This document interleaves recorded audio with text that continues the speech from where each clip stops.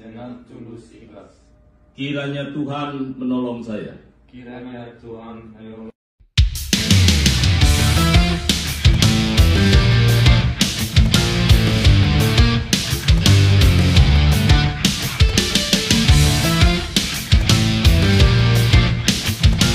Video momen Oli Romeni, Dion dan tim Gapan akhirnya sah menjadi WNI setelah lama dinantikan. Media Jepang langsung ngomong begini soal program proses pemain keturunan di skuad tim Merah Putih. Restoran Kevin Dix di Lombok akhirnya mencuri perhatian warganet. Ramai soal Patrick Kluivert yang memberikan masukan bahan jersey baru timnas Indonesia di bagian belakang. Ramadan Sananta kini semakin kuat untuk bisa dipanggil ke skuad Garuda menjelang laga lanjutan putaran ketiga bersama Patrick Kluivert. Detik-detik Sandy Walsh umumkan akan bergabung ke klub asal Jepang kini menjadi sorotan. Nilai pasar Kyrus Margono langsung mencuri perhatian setelah punya klub baru. Simak informasi selengkapnya sebagai berikut.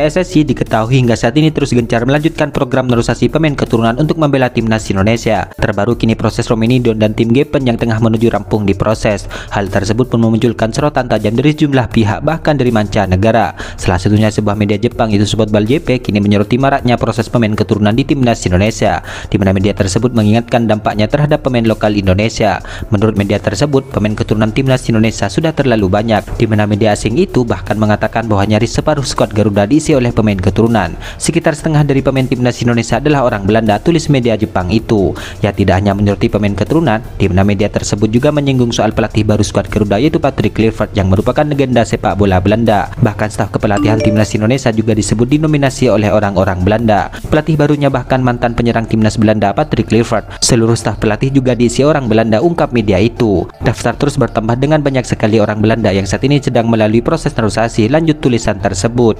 Ya, media Jepang itu kemudian mengkritik program naturalisasi pemain timnas Indonesia. Menurutnya, jika program itu terus berjalan secara masif, maka tidak akan ada lagi pemain lokal di tubuh timnas Indonesia. Jika hal ini terus berlanjut, bukan tidak mungkin tidak akan ada lagi pemain yang murni domestik sama sekali, kritik media Jepang itu.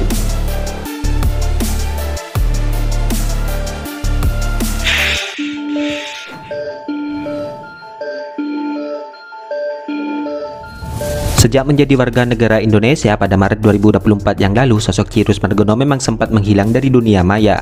Namun pada Februari 2025 ini, kabar baik kini datang dari Kosovo. Dalam unggahan di akun Instagram klub barunya, kiper asal Indonesia ini kini resmi direkrut oleh Cafe Ducat Gini. Selamat datang Kyrus Margono, tulis dalam unggahan akun tersebut. Lantas pertanyaannya, berapa harga pasar Kyrus Margono? Ya, dalam hal ini tentu ini menarik kita ulas. Ya, berdasarkan data dari Transfermarkt terbaru, harga pasar Kyrus Margono tercatat sekitar 869,8 juta. Nilai ini memang menunjukkan perbedaan signifikan dibandingkan kiper diaspora Indonesia lainnya seperti Martin Paes dan Emil Audero yang berada di angka puluhan miliar. Ya, saat ini Kyrus Margono sudah resmi bergabung dengan Cafe Ducat Gini secara bebas transfer setelah sempat tanpa klub sejak Juli 2024 yang lalu. Dalam hal ini, saat ini Kyrus Margono memang tetap dianggap sebagai salah satu prospek kiper muda Indonesia dengan pengalaman bermain di Eropa. Keputusannya menjadi WNI pada bulan Maret 2024 yang lalu kini meningkatkan peluang dirinya untuk memperkuat timnas Indonesia.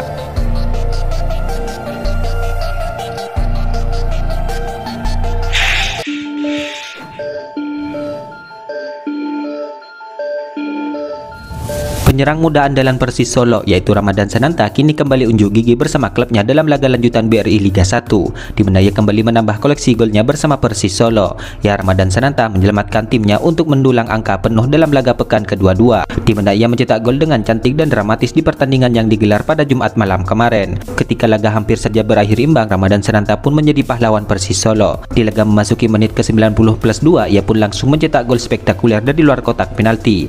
Bagi Ramadan Sananta, ia juga semakin semakin gacor dengan mencetak 4 gol sejauh ini, di mana ia membuktikan diri sebagai sosok penting bagi lini depan Persis Solo. Di musim yang lalu ia mencetak 8 gol dari 23 laga. Dalam hal ini Sananta kini membuka kesempatan bagi dirinya untuk kembali memperkuat timnas Indonesia di bawah asuhan Patrick Kluivert. Berarti Persis Solo pun menjawab pertanyaan dari awak media, di mana ia pun sepakat bahwa Sananta memang sangat layak membela timnas Indonesia. Kita bisa melihat 4 pertandingan terakhir dan baru saja menghadapi Persebaya. Prestasi Sananta terus bertambah baik, ungkap sang pelatih. Saya percaya Sananta mempunyai kelebihan dan harus mendapatkan kesempatan dipanggil ke timnas Indonesia. Saya percaya dia punya kemampuan untuk bermain di level yang lebih tinggi, jelas sang pelatih menambahkan. Ya, Ramadan Sananta diketahui memang sudah bolak-balik untuk memperkuat timnas Indonesia. Hal itu mulai dari kelompok U22, U23 hingga timnas senior bersama coach Sintayong saat itu. Selain itu, ia juga menjadi satu di antara kunci kesuksesan timnas Indonesia di saat menggapai medali emas di SEA Games tahun lalu. Sementara itu di level timnas senior ia sudah bermain 10 kali dan mampu mencetak 5 gol. Adapun pertandingan terakhirnya bersama tim Merah Putih di saat ia mencetak 1 gol ke gawang Vietnam di Hanoi di tahun yang lalu.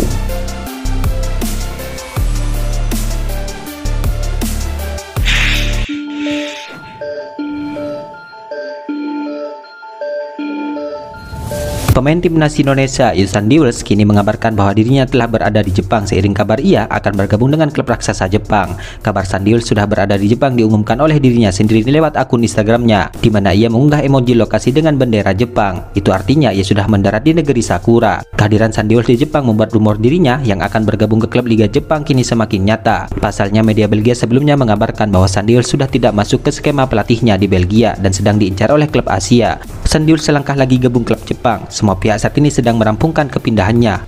Kesepakatan akan tercapai hari Sabtu, ujar media Belgia tersebut. Ya, sebagai informasi, Yokohama Marinos adalah salah satu klub tersukses di Jepang dengan 5 gelar di Liga Jepang. Dalam hal ini, hal tersebut pun menunjukkan bahwa klub tersebut konsisten di level tertinggi sepak bola Jepang.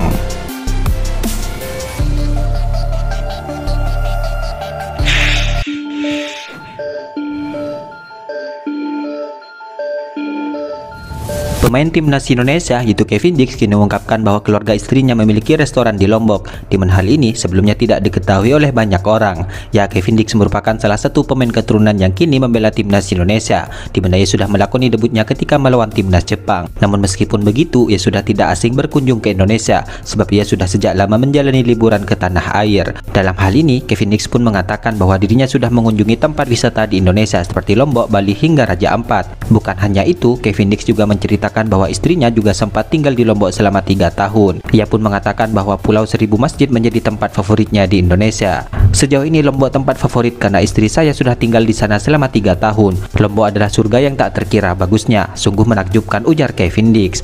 Yang menariknya, keluarga istri Kevin Dix juga memiliki restoran di Lombok yang bernama The Wheel Lombok, di mana tempatnya di Kuta. Sekarang saya pikir sudah ada restoran di sana, The Wheel Lombok. Sebenarnya untuk anak-anak itu luar biasa karena ada taman bermain, jelas Kevin Dix. Ya, setelah mengungkapkan bahwa istrinya punya restoran di Lombok, banyak warganet yang langsung mampir ke akun Instagramnya dan memberikan komentar.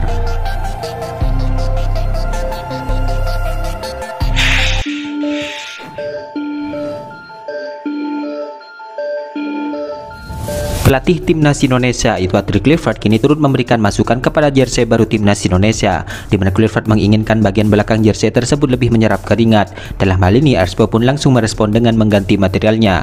Ya, semula jersey timnas Indonesia tersebut menggunakan bahan jacquard untuk bagian depan dan belakang. Menurut coach, untuk menyerap keringat dan performa di bagian belakang jersey, dia meminta material mesh untuk ditaruh di bagian belakang, ujar Muhammad Sadat. Ya, mesh adalah kain tenun tipis dengan lubang-lubang yang berguna untuk sirkulasi aliran udara. Sementara jacquard adalah kain yang memiliki pola rumit yang terdiri dari berbagai warna dan tekstur berbeda. Kami putuskan untuk menggantinya, tapi sebenarnya bagian depannya akan sama penampilannya, tidak ada yang berubah, imbuh Sadat. Cuma coach meminta di bagian belakang kalau bisa memakai bahan mesh untuk menyerap keringat. Tapi sebenarnya secara material ini juga sudah dibuat dan diuji coba di luar ruangan, panas dan lain-lain, ucapnya menambahkan.